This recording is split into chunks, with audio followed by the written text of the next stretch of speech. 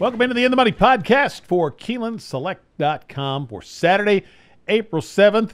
It's Bluegrass and Ashland Day at Keeneland. Tom Leach, along with Keeneland's Director for Wagering Development, Jim Goodman, and all of that talk of major snowfall has subsided as we tape this, and there might be a little snow overnight, it sounds like. So it's just going to be a little cold, but there's plenty of places to get inside, and there's great racing on Saturday. 5 graded stakes races that we're going to take a look at.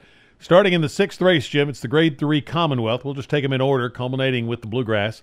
It's the Grade 3 Commonwealth is at 7 furlongs for 4-year-olds and up, and these are all really tough handicapping challenges, save for maybe one where you some folks might find a single. But let's start with the Commonwealth. Who'd you go with? Yeah, I don't think this one's a single, even though Mike's made the morning line and make Limousine Liberal 6-5. I think that may be a little short on him. Obviously, he's the class of the race with graded stakes wins in the past. Grade 2 winner, almost won the Phoenix. He is due for some racing luck at Keeneland. He's run second in the Phoenix the last 2 years and gotten beaten, by a neck both times, a neck and a nose by AP Indian and by Whitmore. If he runs back to those at this track, I think he wins this race. But I'm not singling him in any wagers. I'm going to take him on top here.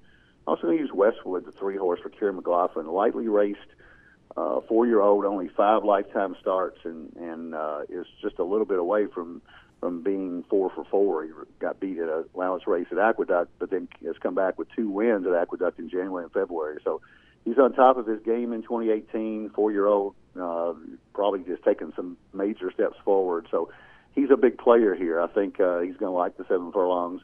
And I think Conquest Windy City, the 5-horse for Ortiz and Maker,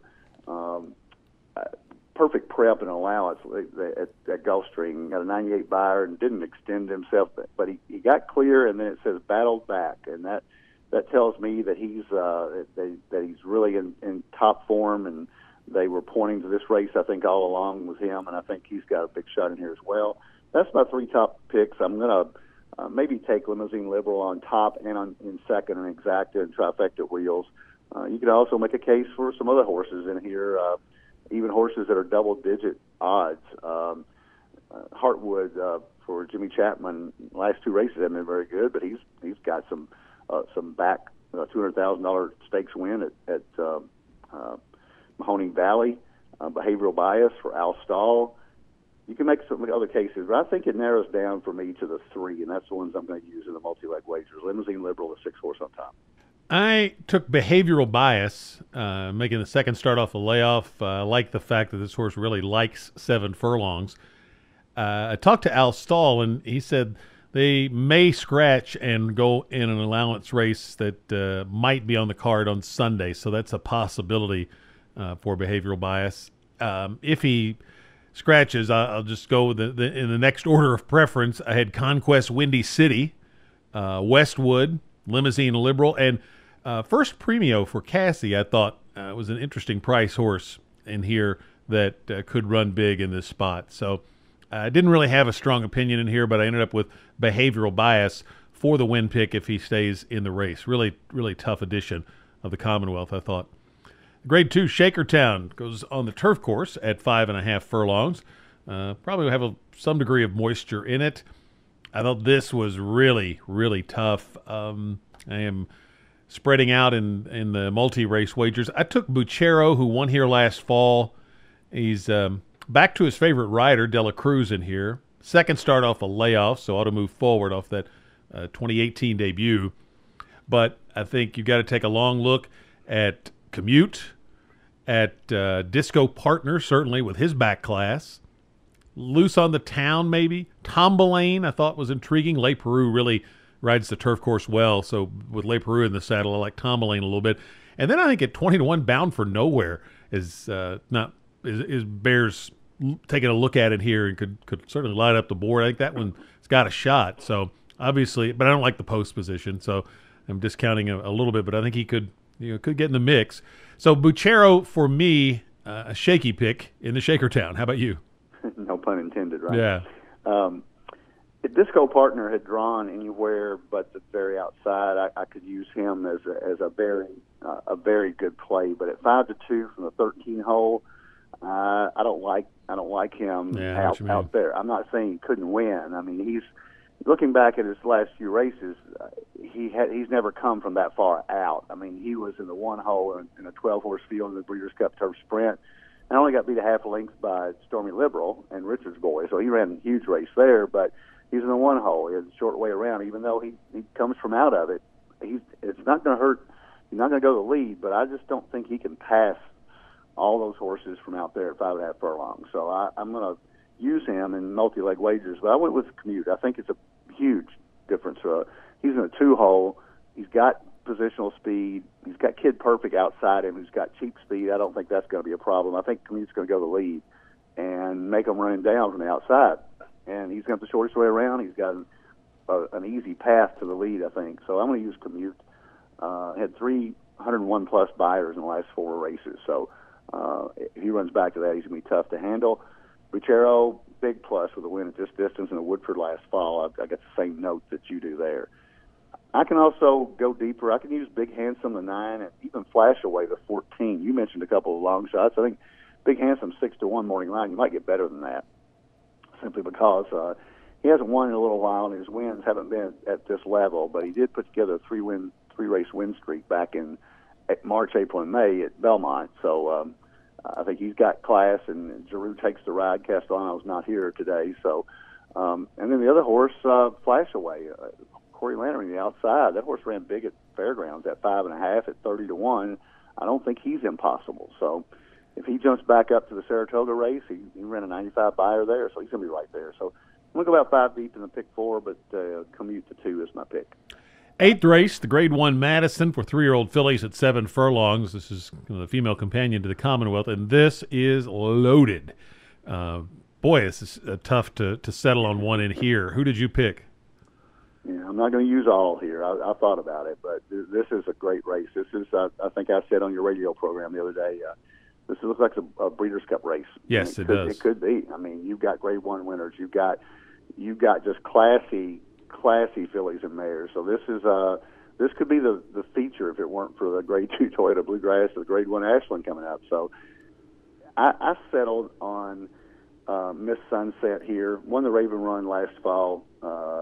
Blowout prep at Santa Anita. They took it off the turf, and she won for fun.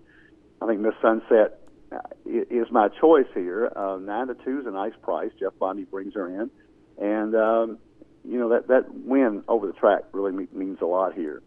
Amise Mesa off a big run in the Philly American Breeders' Cup Sprint at 18-1. American Gal, the 11, long layoff, won the test, the Grade 1 at Saratoga last August. Been working lights out at Santa Anita. Lewis Bay, the 2, just lost to Martini Glass, who came back and won again at Fairgrounds. They lost at Gulfstream just by one length. But the other horse that I like is Finley's Lucky Charm. Again, won the TCA in October at Keeneland. You always look at a horse that's run well on the course. But she needs a nice quick break from the outside. The 12 hole is no bargain here. So I'm going to go 5 deep. Very shaky, as you used the word last race, pick with Miss Sunset off the Raven Run win last fall. I ended up taking a price play in here, and Salty, the 3.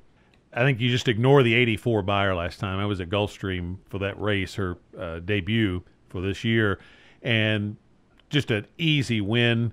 And she has worked great since, so I think that was just an easy prep for this, and I think she will take a major step forward. Now, it may not be enough against this group, but I think she is best at 7 furlongs to a mile, and they ran her in races like the Oaks and longer races last year. I'm guessing they'll kind of try to keep her mostly around 1 turn this year, and I think that's going to be her best distance, and I think she could run huge in here, and hopefully that'll be good enough at a nice price. But Miss Sunset I like, Lewis Bay for Chad Brown, American Gal, Amise Mesa, and Finley's Lucky Charm. I've got all of those written down, and it's going to be kind of a budgetary decision for you when you get into multi-race wagers. But I could see any of those horses winning the race. But I like Salty a lot, liked her last year, And with that price, I'm going to make her my key horse in exactas with all of those others, and then hopefully she can win and juice up my multi-race plays. The ninth race is the Grade 1 Central Bank Ashland Stakes for 3-year-old fillies. And Monomoy Girl, odds on here, and certainly very much the one to beat. I am going to try to beat her with Eskimo Kisses. I bet this horse last time at the fairgrounds. She should have won. She got a bad trip, bad ride, really. They've changed jocks. She should have gone inside. She'd have won easy. She ended up getting nipped. But I think she previously had won by 11.5, and her speed figures are comparable to Monomoy Girl and that race and the one before it. And I think she is really getting good right now for Kenny McPeak. Don't worry about the quick turnaround. I saw him interviewed. He said she thrives on racing. So right after the race, he was already talking about running her back in this spot. So I would not worry about the quick turnaround for this filly. I think she's the only one that could beat Monomoy Girl, and you get a better price. So I'm going to use them both in multi-race wagers, but I got a lot of respect for Monomoy Girl as well. The only other one that I would consider is Patrona Margarita, but I think she's a little below those top two, the 3-horse. How about you? Yeah, out of all the races, and we knew this was going to be a tough race to fill because Monomoy Girl is so well regarded. So I think you're right. I think it's a 2-horse race. I agree with you on Eskimo Kisses. I mean, she should have won that last race. You obviously had a little bit of money on her. You were upset when Chocolate Martini ran her down. But I just look at Monomoy Girl, and I looked at those 5 races, and she has overcome so much in those 4 of those 5 races. She got one easy race out of there, the second race of her career, Churchill. But the others, you look at the trouble line, it says 6 wide far turn, 3 path turn, lugged in, lugged out, late stretch. Hit gate 3 to 4 wide, and shied 1/8. At that last race, at the Rachel Alexander, she hits the gate, she's wide down the stretch, and then she shied away from the whip, and she won by 2.5. So I'm convinced that she's the real deal. She's a little bit of a, maybe she makes her own trouble. I don't know about that, but I've watched her races, and she's ultra impressive, and I don't see them beating her here. Matter of fact, I'm going to do a cold 1-2 exacta because I do think Eskimo Kisses is the second best horse in the race, and she could win, but I've got to take a stand somewhere. So this one to me is the obvious single in the Big Four. Let us move to the $1 million Toyota Bluegrass Stakes, Grade 2. 3-year-olds going 1 1/8 miles. And you got the Breeders' Cup Juvenile Champ, Good Magic, in here as the favorite, but it is a full gate of 14, and if you get past his accomplishment, if he doesn't run back to that form, then you got a lot of horses that I think would not surprise me if they won the race. So that's kind of your dilemma. Do you take a stand on Good Magic, I think, or not? What did you do in here? Yeah, I think most people that are handicapping this race feel exactly like you do. I mean, Good Magic won the Juvenile last year and so impressive. Only win he's got in his career, and he was great that day. Did he need the race in Florida? Sure he did. He was overbet in Florida off that race. He was 3 to 5. That track that day was a track meet. It was 1-2 all the way around. Promises Fulfilled and Strike Power went 1-2, and neither of them came back to run very well. So Good Magic, that kind of hurts Good Magic, but it's also a race that he didn't have to win. He's in the Derby. I don't hold that against him, but I also don't know that he jumps up in this race. I'm going to use him, but I'm going to try to beat him with a price horse from the West Coast. I'm going to use Kenthaka. And I really like this horse in the San Felipe. If you remember, we talked about that horse, and obviously McKenzie and Boat d'Oro were the class of the race. But this horse never had a shot. He bobbled at the start. He's behind the 2 of the best horses, if not the 2 best 3-year-olds in the country. And he finishes 6.5 lengths behind them, which is not disgraceful. And he got a 91 buyer, and Boat d'Oro is not in this race. And if you go back to the San Vicente, the 99 buyer that he got that day at 7 furlongs, he did show he can stretch out to a mile and 16. He overcame some trouble, but he wasn't going to beat those 2 horses that day.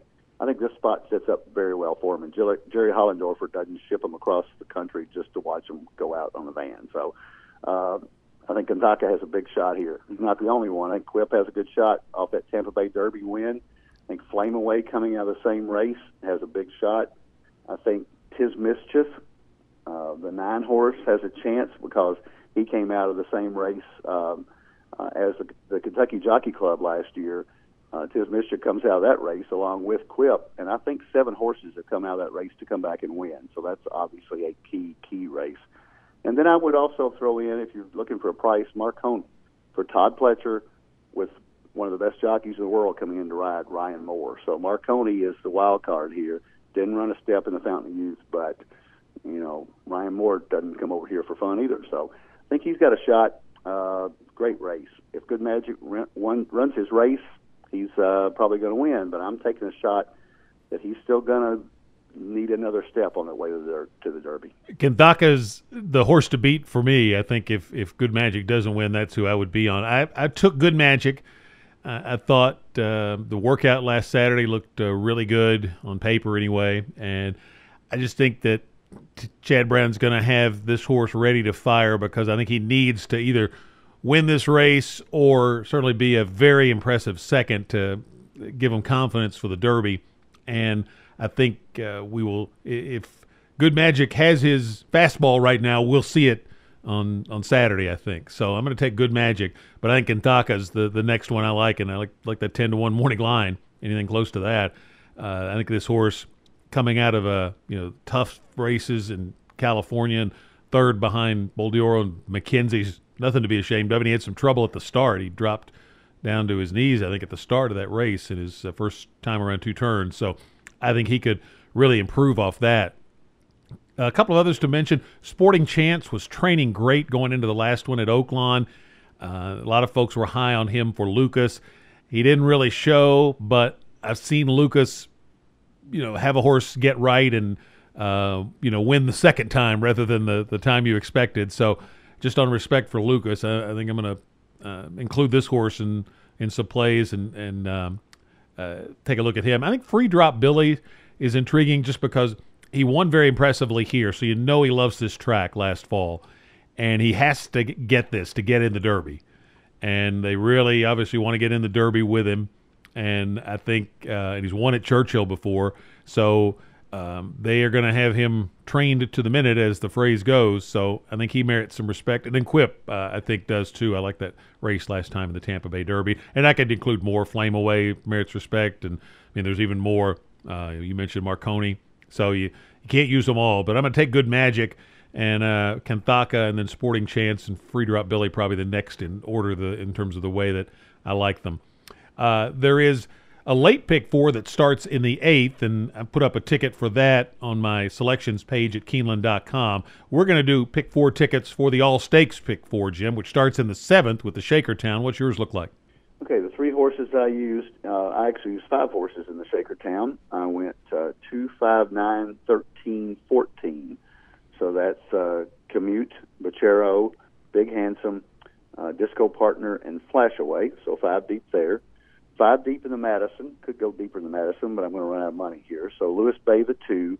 The 8 horse Miss Sunset. The 10 Amise Mesa. The 11 American Gal. And the 12 Finley's Lucky Charm. I'm going to single Monomoy Girl in the Ashland. And then I'm going 4 deep in the Toyota Bluegrass. I'm going to go Kenthaka the 4, Quip the 5, Good Magic the 11, and Flame Away the 12. That turns out to be a $50 ticket. I am using 6 horses in the first leg. The Buchero, my pick, Commute, Tom Elaine, Disco Partner, Bound for Nowhere, and Loose on the Town. Using 5 in the Madison, Salty, Lewis Bay, Miss Sunset, Amise Mesa, and American Gal. I hate leaving out Finley's Lucky Charm. I did it to keep the ticket around $60 or at $60. And but if you want to go more, add Finley's Lucky Charm. I'm taking 2 in the Ashland, Escobar Kisses, and Monomoy Girl, and I'm just going to stand with 2 in the Bluegrass, Good Magic, and Kenthaka. So it's 6 by 5 by 2 by 2 for me. Now, there is a pick 5 that starts in the 6th race. I think you've got a ticket for that too, right? I do. Here's a couple of ways you could go on a pick 5. I don't know how much you want to spend. It's a 15% takeout, which is the best bargain that we've got on our wagering menu. We're also doing an early pick 5 on all days, so that's a 15% takeout. the $50 pick four ticket, you could duplicate it if you single Limousine Liberal, the 6-horse, in race 6, the Commonwealth. As I spoke about earlier, I'm not that strong on Limousine Liberal. A lot of people really like him at 6-5. So you could do the same thing, $50 ticket. But I would probably, if I were playing the pick 5, maybe I'd get a partner. But for $150, you use the 3 in there, Westwood, the 5, Conquest Windy City, and the 6, Limousine Liberal. So that add the 3 horses to my $50 pick 4 ticket. So it's 3, 5, 6 with 2, 5, 9, 13, 14, with 2, 8, 10, 11, 12, with 1, with 4, 5, 11, 12. Yeah, I didn't do a pick 5 ticket because I would have just been blowing up the budget completely. But I'm like you. If you want to take a swing at it, you could single Limousine Liberal and take a stand there. Or you could, single in the latter part. You could single a Monomoy Girl if you're strong on her, and you could single her and Good Magic maybe if those two run to form, and then you could really spread out in those first 3. So that might be a way to think about playing the pick 5 as well. It's some really tough calls on a day like this. It's a great card on Saturday at Keeneland, and of course you got a couple of other Derby preps, the Grade 2 Wood Memorial in New York, the Grade 1 Santa Anita Derby out in California to pay attention to. Those 3 races, along with the Bluegrass, will be part of a telecast on the NBC Sports Network on the Saturday. And hopefully we'll see you out at Keeneland. But if not, you can play through KeenelandSelect.com and get some great rewards that you can take advantage of through there. For Jim Goodman, I'm Tom Leach. This is the In the Money Podcast for KeenelandSelect.com.